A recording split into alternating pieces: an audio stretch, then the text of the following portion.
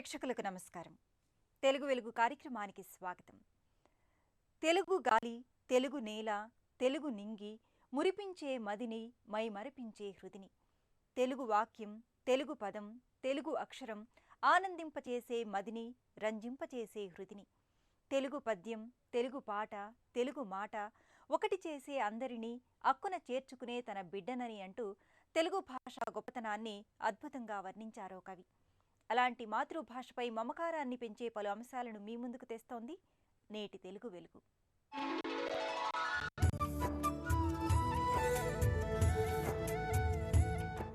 వారం వారం ప్రేక్షకుల్ని విశేషంగా ఆకట్టుకుంటున్న తెలుగు వెలుగు ప్రశ్న ఇప్పుడు మీకోసం.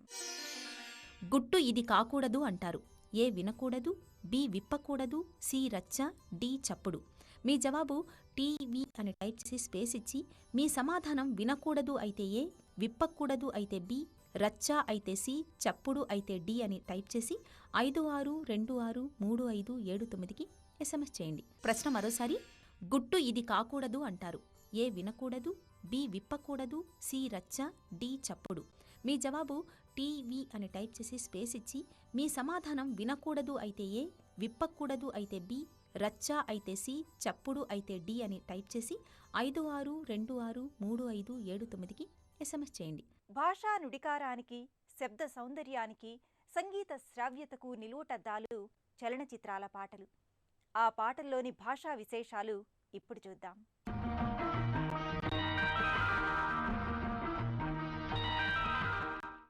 సన్నివేశం ఏదైనా, పాత్రలు ఏవైనా, చిత్రం ఎటువంటిదైనా తనదైన సొంత బాణిలో పాట రాయటం సిరివెన్నెల సీతారామశాస్త్రి ప్రత్యేకత. అవసరం కొద్దీ గ్రాంథిక పద ప్రయోగాలే కాదు, వాడుక భాషకు పట్టం కట్టగల సమర్థులు ఆయన. వారి పాటల్లోని సుస్పష్టమైన భాషా శైలి మనల్ని ఆకట్టుకుంటుంది.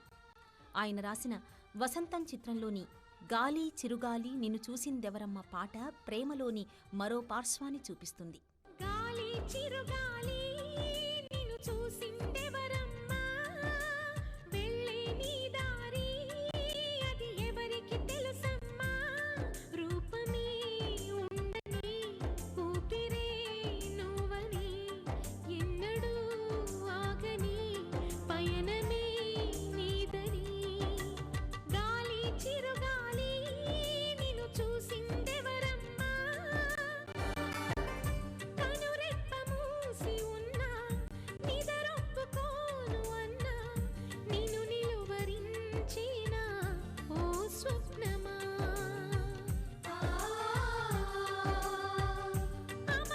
అమావాసలెన్నైనా, గ్రహణాలు ఏవైనా, నీ కళను దోచిన ఓ చంద్రమా. తన ఒడిలో ఉన్నది రాయో రత్నము పోల్చదు నీలమ్మా, ఉలిగాయం చేయకపోతే ఏ శిల శిల్పం కాదమ్మా. మేలుకో మిత్రమా, గుండెలో జ్వాలలే జ్యోతిగా మారగా, చీకటే దారిగా వేకువే చేరగా, చలికంచె కావున్నా పొగమంచు పొమ్మన్నా, నీ రాక ఆపేనా వాసంతమా. ఏ కొండరాళ్ళైనా, ఏ కోన ముళ్ళైనా, బెదిరేన నీవాన ఆషాఢమా. మొలకెత్తే పచ్చని ఆశే నీలో ఉంటే చాలు సుమా, కలకాలం నిన్ను అడచదు మన్ను ఎదిగే విత్తనమా. సాగిపోనిస్తమా నిత్యము తోడుగా, నమ్మకం ఉందిగా, కోరిమే సాక్షిగా, ఓటమే ఓడగా. గాలి చిరుగాలి నిన్ను చూసిందెవరమ్మా, వెళ్ళే నీ దారి అది ఎవరికి తెలుసమ్మా, రూపమే ఉండని ఊపిరే నువ్వని, ఎన్నడూ ఆగని పయనమే నీదని. చిత్రంలో నిరుత్సాహం నిరాశలో ఉన్న నాయకుణ్ణి స్నేహితురాలైన నాయిక చైతన్యవంతం చేయడం ఈ పాట ప్రధాన ఉద్దేశం. అందుకు తగిన విధంగా సీతారామశాస్త్రి ప్రకృతిలోని అనేక ఉపమానాలతో నాయకుణ్ణి పోల్చారు. ఇక పల్లవిలో చిరుగాలి స్వభావాన్ని నాయకుడికి ఆపాదిస్తూ, చిరుగాలి నిన్ను చూసిందెవరమ్మా, వెళ్లే నీ దారి ఎవరికి తెలుసమ్మా, రూపం ఉందని ఊపిరి నువ్వని ఆగని పయనమే నీదని అన్యాపదేశంగా నాయకుణ్ణి సూచించారు. మొదటి చరణంలో కనురెప్ప మూసి ఉన్నా నిదరొప్పుకోను అన్నా, స్వప్నాన్ని నిలువరించేనా, అమవాసలెన్నైనా గ్రహణాలు ఏవైనా చందమామ కలను దోచేనా అని ప్రశ్నించారు. ఇంకా నేల తల్లి తన ఒడిలో ఉన్నది రాయో రప్పో పోల్చదు, ఉలిగాయమైతేనే శిల శిల్పంగా మారుతుంది అని చెప్పారు. గుండెలో జ్వాలలే జ్యోతిగా మారగా మేలుకొమ్మని, చీకటి దారిగా వేకువ చేరమని నాయకుడిలో చైతన్యాన్ని రగిలించేలా అందమైన తెలుగు పదబంధాలను అర్థవంతంగా వాడారు రచయిత. ఇక రెండో చరణంలో చలికంచ కాపున్నా పొగమంచు పొమ్మన్నా, వాసంతం రాక ఆపేనా, కొండరాళ్లైనా కోనముళ్లైనా ఆషాఢవాన బెదిరేనా అని అడిగారు. అలాగే మొలకెత్తే ఆశ ఉంటే మన్ను కలకాలం విత్తనాన్ని అణచదన్న విజయరహస్యాన్ని చెప్పారు. ఇంకా నమ్మకం తోడు ఉండగా ఓరిమే సాక్షిగా ఓటమే ఓడగా సాగిపొమ్మని నాయికతో నాయకుడికి పాటలో చెప్పించారు సీతారామశాస్త్రి. నేటి యువతకు అవసరమైన వ్యక్తిత్వ వికాసాన్ని ప్రకృతిలోని అందమైన దృశ్యాల ద్వారా ఈ పాటలో చెప్పారు కవి. స్వప్నం, చంద్రం, నేల, శిల్పం, వసంతం, ఆషాఢవాన విత్తనాలను ప్రతీకలుగా చేసుకున్నారు. ఈ పాటను తెలుగు భాషలోని సున్నితమైన వాక్యాలతో, లలితమైన పదాలతో ఆ ప్రతీకల్ని విశ్లేషిస్తూ నాయకుణ్ణి కర్తవ్యం వైపు నడిపించేలా రాశారు సిరివెన్నెల. తెలుగునాట అనుభూతి కవిగా, విమర్శకుడిగా, యక్షగాన రచయితగా, కథకుడిగానే కాదు, ఓ గొప్ప సాహితీమూర్తిగా వెలుగొందుతున్నారు ఇంద్రగంటి శ్రీకాంత్ శర్మ. వారి సాహితీ సర్వస్వం విడుదలైన సందర్భంగా ప్రముఖ కవి, దర్శకులు, నటులు తనికెళ్ల భరణి వారితో నిర్వహించిన ముఖాముఖి కార్యక్రమాన్ని ఇప్పుడు చూద్దాం.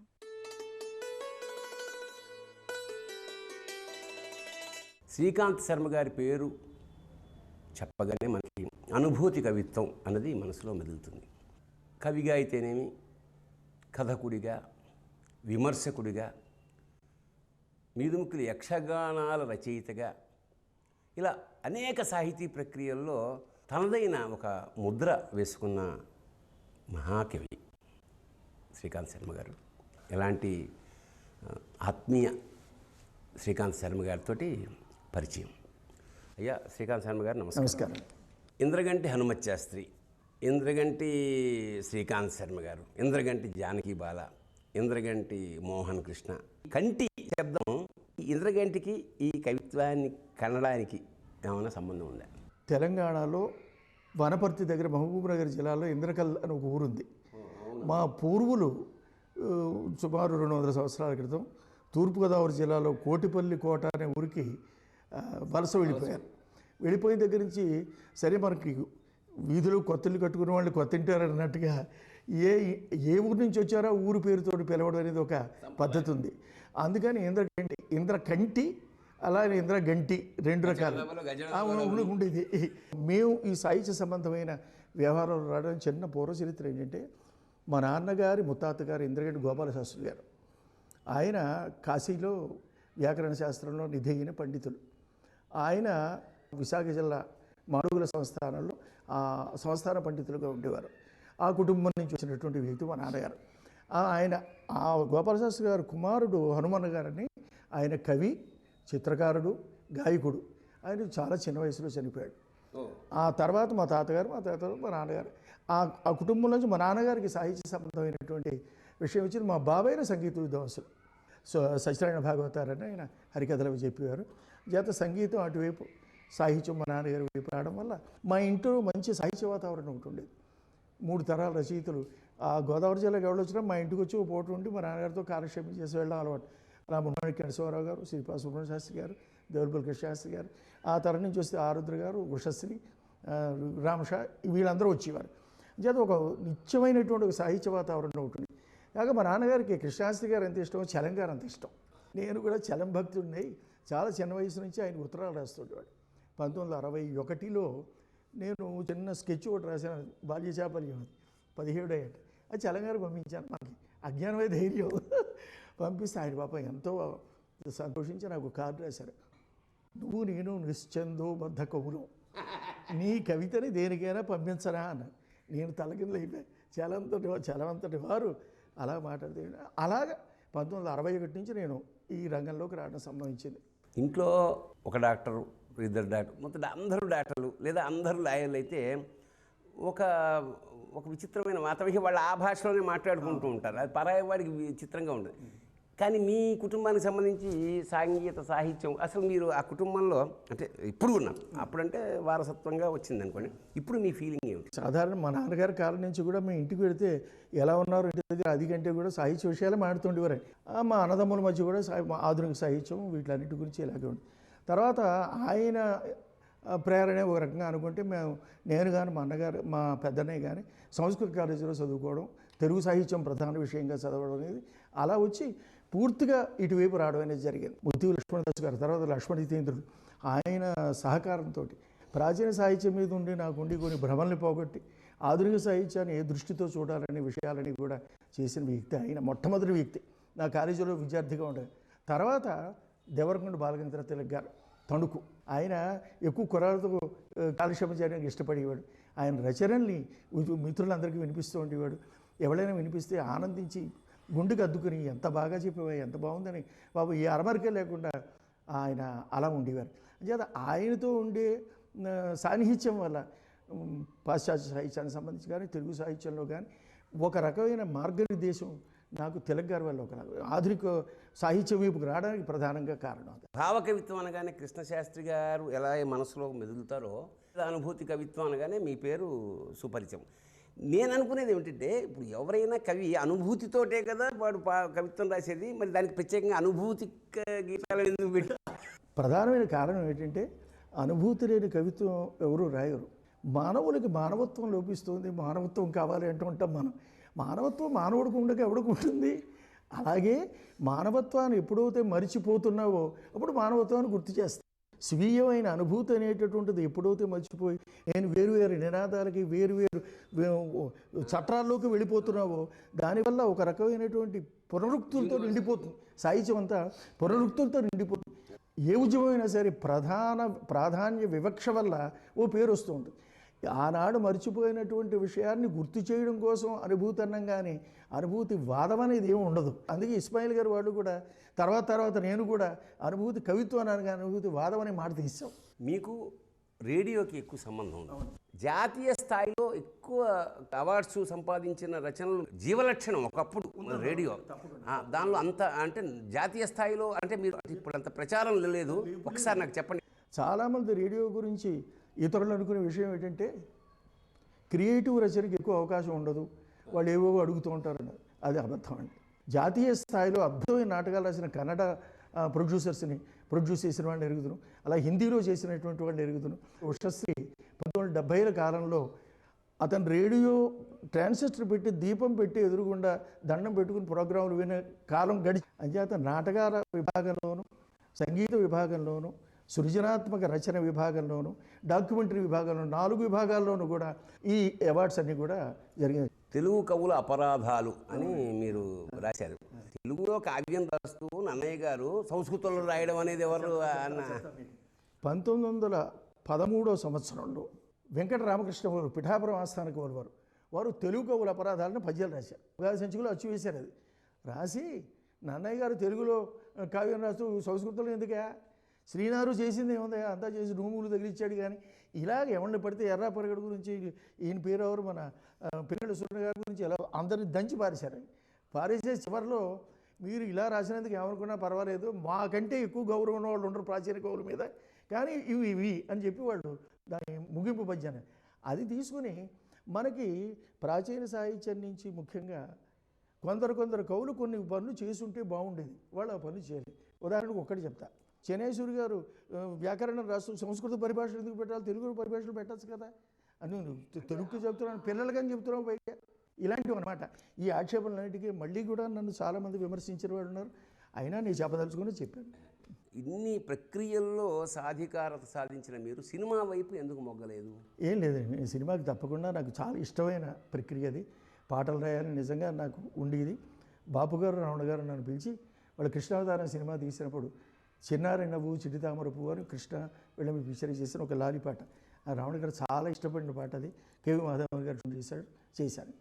తర్వాత జంజాల్ గారు ఆయన నేలవంక సినిమా తీస్తూ మొత్తం పాటలన్నీ మీరే రాయాలని నా చేత ఆ 7 పాటలు మొత్తం రాయించాడండి. అందులో ఒక కవాలి కూడా రాశా. అలా మళ్ళీ ఆయనకే ఎక్కువ రాశాను నేను. తర్వాత మళ్ళీ బాపు గారు వాళ్ళు మొన్న ఇటీవల కాలంలో వెంకటేశ్వర మహోత్సవం టీవీకి వెంకటేశ్వర వైభవం ఎస్వీబీసీకి చేశారు. అప్పుడు పద్యాలు పాటలు నేనే రాశాను. ఇంత సుదీర్ఘమైన సాహితీ ప్రయాణంలో మీరు బాగా ఆనందపడ్డ క్షణాలు ఏమైనా ఉన్నాయి? అది పంచుకోదగ్గర జనాలతోటి. సంస్కృతంలో చేరినప్పుడు ఈ సంస్కృత కాలేజీ జీవితంలో ఈ పేదరికం, ఇక్కడ ఉండేటటువంటి సాంస్కృతికమైన సాహిత్యపరమైన అహంకారాలు, వీటి గురించి ఒక నవల రాస్తే బాగుండని తూర్పు నవాలని సూర్యుడు అని 1975లో నవల రాశానండి. ఈనాడు పత్రిక వారు విశాఖపట్నం ఎడిషన్ పబ్లిష్ చేశారు. అది నా మొట్టమొదటి నవల.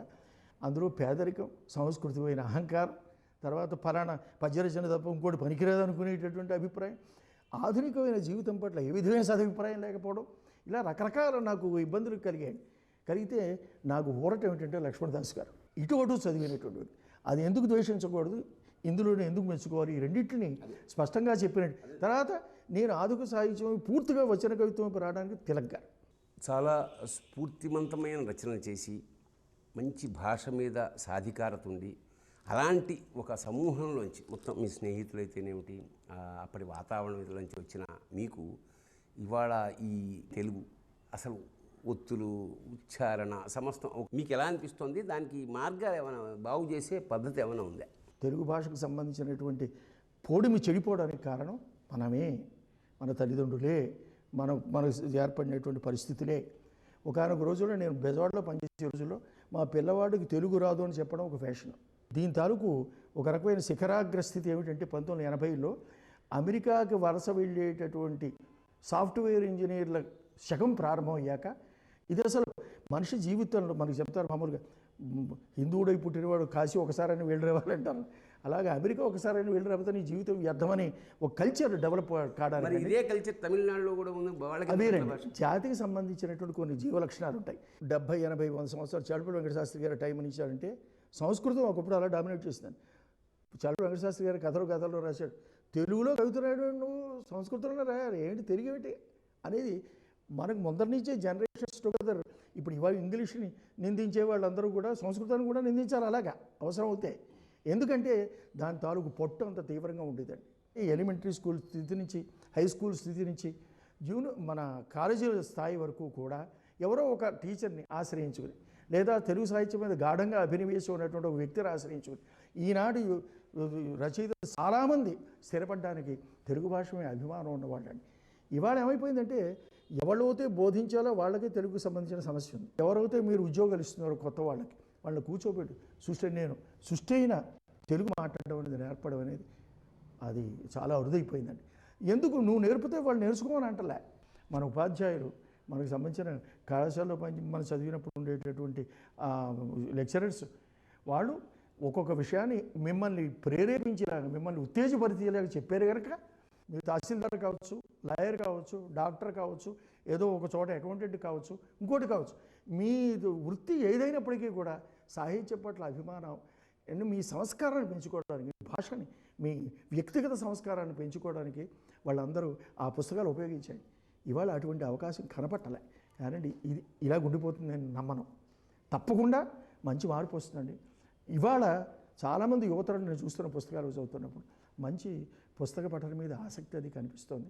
అయితే ఇంకా పెరగవలసిన అవసరం చాలా ఉందని అంటాం. ఒక కవిగా, పాత్రికేయుడుగా, రేడియో ప్రొడ్యూసర్గా, సినిమా పాటల రచయితగా ఇలా బహుముఖీయమైన వ్యాపకాలతోటి అలాంటి మహా వ్యక్తితోటి వాళ్ళ పరిచయం మీ అందరికీ కలిగించడం నా భాగ్యంగా భావిస్తూ శుభం భూయాత్.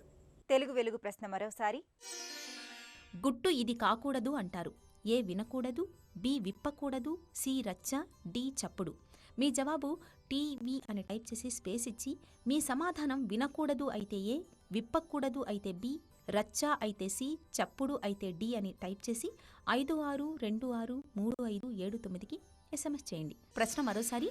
గుట్టు ఇది కాకూడదు అంటారు. ఏ వినకూడదు, బి విప్పకూడదు, సి రచ్చ, డి చప్పుడు. మీ జవాబు టీవీ అని టైప్ చేసి స్పేస్ ఇచ్చి మీ సమాధానం వినకూడదు అయితే ఏ, విప్పకూడదు అయితే బి, రచ్చా అయితే సి, చప్పుడు అయితే డి అని టైప్ చేసి 56263579కి ఎస్ఎంఎస్ చేయండి. గత వారం ప్రశ్నకు సమాధానం కందకు లేని దురద కత్తిపీటకు ఎందుకు అంటారు కనుక ఈ ప్రశ్నకు సమాధానం బి. గత వారం ప్రశ్నకు ప్రేక్షకుల నుంచి అందిన ఎస్ఎంఎస్లలో డ్రా ద్వారా ఎంపికైన విజేత ఏ పరమేశ్వరి, సైదాబాద్, కరీంనగర్, తెలంగాణ రాష్ట్రం.